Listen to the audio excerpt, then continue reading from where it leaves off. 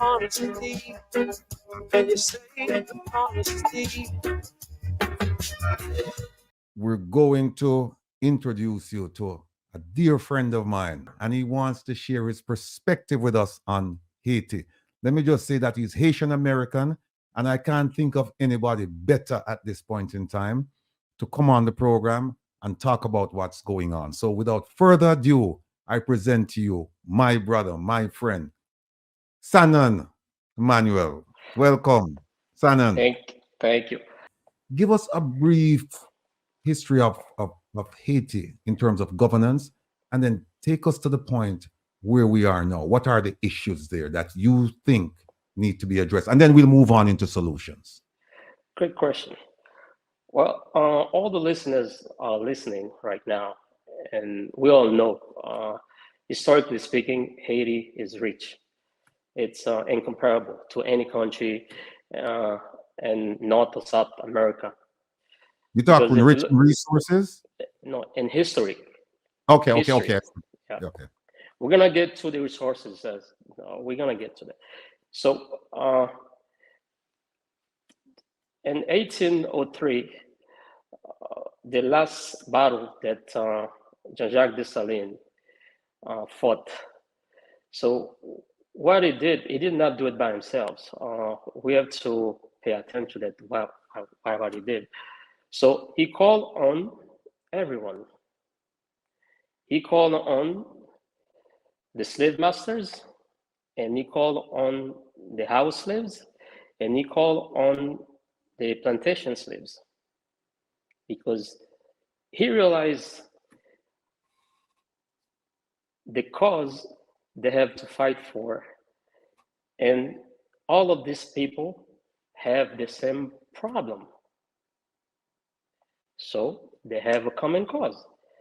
That's the reason why he was able to unify everybody on their own roof, and then to go fight for the good side of history.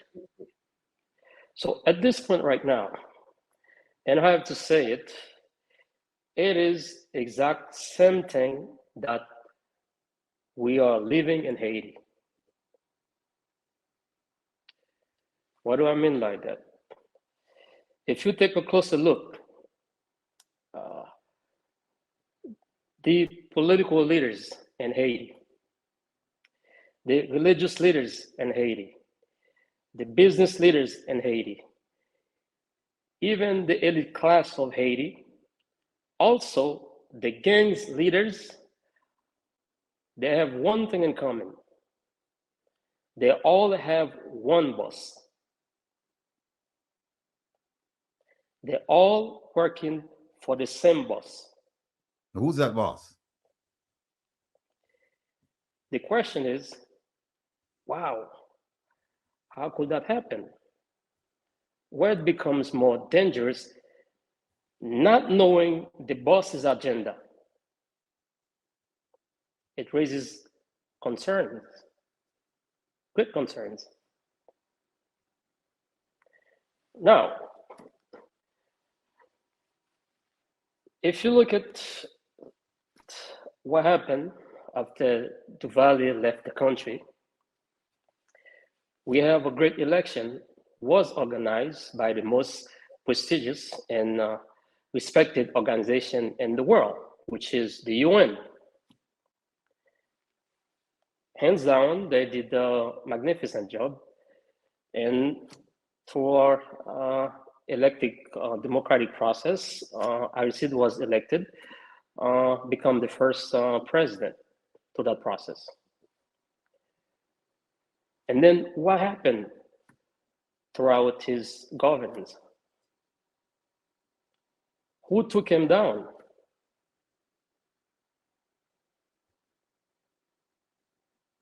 Well, I have to say it's public record, and anybody who wants access to this information, and I'm sure they can find out what happened and then who was behind all that. So now, after that, the international community brought him back. He didn't have much left in his term, So he did his few months and then left. And another election took place. Preval became president. After Preval, so Aristide came again, and then Aristide became president. But the first time when Aristide became president, he won the electoral vote by 67%. And the second time, he won by 91%. Landslide. Same thing happened again. Overthrow him illegally. We have to ask the same question again. Why? Well, by not knowing the boss's agenda, of course, you're always gonna face this type of problem. So now, is Aristide was able to ask the boss, what is your agenda? How can I work with your agenda? Although we are an independent country. But if you're going further, when it comes to international powers, and then you have international affairs. So you have to be able to communicate with these folks for them to understand you on that level, not messing up their interests. Because if you look at it, Canada and Mexico, they share borders with the United States. Canada know, militarily speaking, they cannot afford to have a war with the United States. So does Mexico. So therefore, economically speaking, we know the US is number one by far.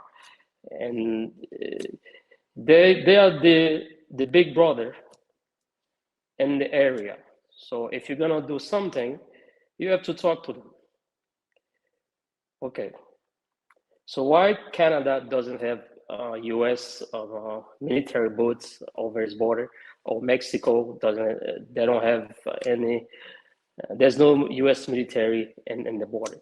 Well, because the president of Mexico and the president or the prime minister of Canada say, well, big boss, so we know how powerful you are, so we don't want any trouble with you. But you see how your people are living? They got nice airports, they got nice roads, they got running water, they got a good sewing system, they got universities, schools, programs, everything. They got the development plan always active. They're always building. If you drive right now 20 miles from where I live, you're gonna see a construction going somewhere. So everything is good. So the Canadian Prime Minister, and so does the president of Mexico, they say, big boss, this is what we need. We want to develop our country like yours. So that part, it requires skills of negotiation. And this is where, that's the part that our nation miss, because they do not understand international affairs. Because you have to understand a country like the United States, to be number one, the free world leader, that requires a lot of responsibilities. And then nobody's perfect. Aristide was the best person to handle the job because he has the popularity. But his problem was, if you look at his diplomacy, wasn't aligned with the powers affairs. So this is where the problem always end up coup d'etat and so on. So now, to go forward, anyone that thinking of be president of Haiti, being president is not, it's just a title. But you need to know the skill sets, the requirements that comes with that. When it comes to local, which is your people, the development plan, and how you're gonna go to the international level to defend your people, number one first, and understand how the world power works. That's very important. You have to know these things, or else it's gonna be the same problem. You're gonna see the boss, okay, it looks like these guys, they're not listening, they're not understanding what we have to deal with. The fact that we are the number one, it doesn't mean we're not vulnerable. Of course, we have enemies everywhere. Good. So now, Haiti, it's a rich country, as you mentioned earlier. And then how come Haiti is not developed? Because the boss's agenda, there's no such thing called development of Haiti in his agenda. And nobody know how to ask the world powers about that. So this is where I'm coming, and we're gonna dive in, and then I'm gonna bring everything that I know with facts, and people can check, and so we can move forward. Thank you.